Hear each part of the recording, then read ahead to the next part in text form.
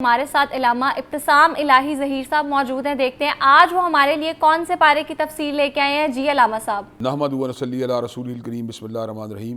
میں میڈم کا شکر گزار ہوں کہ انہوں نے ایک مرتبہ پھر مجھے قرآن مجید کے حوالے سے اپنی گزارشات کو پیش کرنے کا موقع دیا ہے. انشاءاللہ آج میں 8ویں پارے کے حوالے سے اپنی گزارشات رکھوں گا.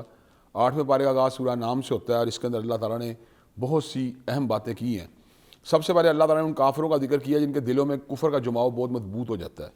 جب کفر ان کے دلوں میں جم جاتا ہے تو اس کے بعد کوئی بھی اللہ تعالیٰ کی نشانی کو دیکھ کر وہ اسلام اور ایمان کے راستے پہ آنے مادہ تیار نہیں ہوتے. اللہ تبارک و تعالیٰ ارشاد فرماتے ہیں وَلَوْ أَنَّنَا نَزَّلْنَا إِلَيْهِمُ الْمَلَائِكَةَ وَكَلَّمَهُمُ الْمَوْتَى وَحَشَرْنَا عَلَيْهِمْ كُلَّ شَيْءٍ قُبُلًا مَا كَانُوا لِيُؤْمِنُوا إِلَّا أَن يَشَاءَ اللَّهُ وَلَٰكِنَّ أَكْثَرَهُمْ يَجْهَلُونَ کہ اگر ان کے سامنے جو ہے فرشتے بھی اتر آئیں یا مردے کلام کرنا شروع ہو جائیں، ہر چیز کو ہمیں وعدے بھی کر دیا جائے تو کوئی ضروری بات نہیں کہ وہ ایمان لے کے آئیں. ہاں اگر اللہ چاہے تو وہ ایمان لے کے آ سکتے ہیں اور ان کی اکثریت جو ہے وہ جاہلوں کے اوپر مشتمل ہے. اللہ نے قرآن مجید میں ایسے واقعات کو بیان کیا ہے جہاں پر اللہ تعالیٰ کی نشانیوں کو دیکھنے کے باوجود بھی لوگ جو تھے وہ ہلکا بگوش اسلام نہ ہوئے. حضرت صالح علیہ السلام کا واقعہ اس حوالے سے ایک کلیدی اہمیت کا حامل ہے. ان کی قوم کے لوگوں نے اس بات کی طلب کی تھی کہ ہمیں اللہ تعالیٰ کی نشانی کی ضرورت ہے، تو انہیں اللہ تبارک و تعالیٰ جب فریاد اور دعا کی تو اللہ تعالیٰ نے پہاڑ کو پھاڑ کے اس میں سے ایک اونٹنی کو باہر نکالا جو بن باپ اور بن ماں کے پیدا ہوئی تھی.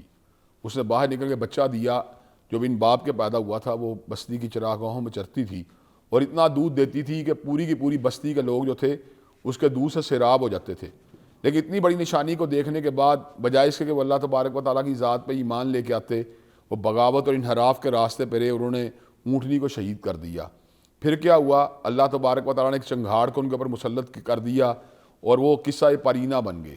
اس سے یہ بات ثابت ہوتی ہے کہ در حقیقت جب انسان ایمان اور ایمان کے راستے پہ چل نکلتا ہے تو اس کو کوئی ایک غیر طبی نشانی نہ بھی ملے، وہ تب بھی ایمان ایمان کے راستے پہ رہتا ہے. اور اس کے مد مقابل کو بندہ کفر کے راستے پہ چل نکلتا ہے تو وہ بڑی سے بڑی نشانی دیکھ کر بھی ایمان اور ایمان کے راستے کو قبول نہیں کرتا. ہاں کئی مرتبہ ایسا ہوتا ہے کہ انسان کا ایمان بھی مضبوط اور مستحکم ہوتا ہے، لیکن اللہ تبارک و تعالیٰ کے ملنے والی نشانی کو دیکھ کے اس کے اندر مزید تقویت اور مزید قوت پیدا ہو جاتی ہے. اس صورت میں اللہ نے اس بات کا بھی ذکر کیا ہے کہ اگر زمین کے پر رہنے والوں کی اکثریت کی پیروی کی جائے تو انسان سیدھے راستے پہ نہیں رہ سکتا. بہت سے لوگ جو ہیں وہ اکثریت کی بات پہ بڑا غور کرتے ہیں.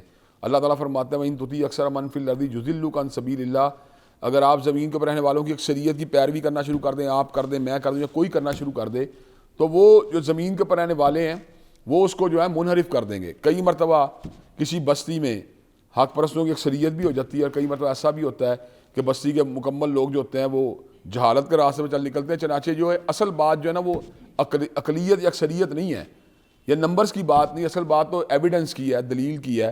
کتاب و سنت کا راستہ جو ہے وہ حرف آخر ہے. اس کے اوپر چلنے والے لوگ تعداد میں زیادہ ہوں پھر بھی حق پہ ہیں، تعداد میں کم ہوں پھر بھی حق پہ ہیں.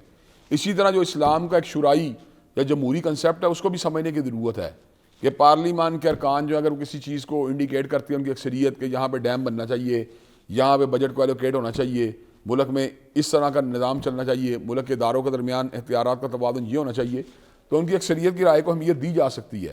مگر مغربی جمہوریت کے برعکس اسلامی جو شورائی تصور ہے اس کے اندر اس بات کی کوئی گنجائش موجود نہیں کہ جو اللہ نے حلال کیا ہے یا اللہ نے جس چیز کو حرام کیا اس کے اوپر جو ہے وہ ووٹنگ کروائی جائے یا اس کے اوپر لوگوں کی رائے لی جائے.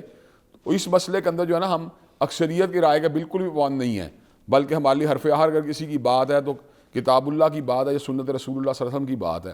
اس صورت میں اللہ تعالیٰ نے اس بات کا بھی ذکر کیا ہے کہ اللہ عالم حیث یجعل رسالتہ کہ اللہ تبارک و تعالیٰ کو پتہ ہے کہ اس کا رسول کس کو ہونا چاہیے اور اس کی وحی کس کے اوپر آنی چاہیے.